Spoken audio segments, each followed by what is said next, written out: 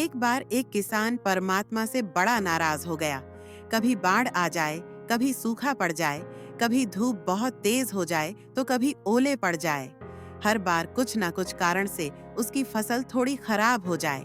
एक दिन बड़ा तंग आकर उसने परमात्मा से कहा, देखिए प्रभु, आप परमात्मा हैं, लेकिन लगता है आपको खेती बाड़ी की ज्यादा जानकारी नहीं है।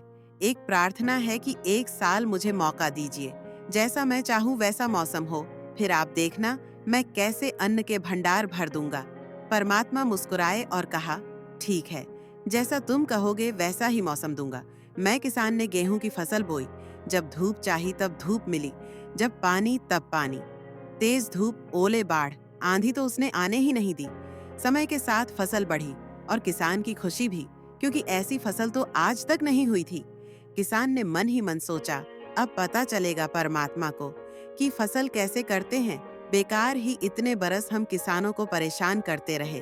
फसल काटने का समय भी आया।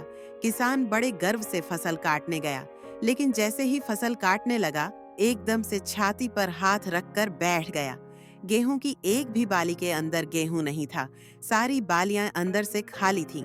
बड़ा दुखी होकर उसने परमात्मा से कहा, प्रभु, ये क्या हुआ? तब परमात्मा बोले, ये तो होना ही था। तुमने पौधों को संघर्ष का जरा सा भी मौका नहीं दिया। न तेज धूप में उनको तपने दिया, न आंधी ओलों से जूझने दिया। उनको किसी प्रकार की चुनौती का एहसास जरा भी नहीं होने दिया। इसीलिए सब पौधे खोखले रह गए।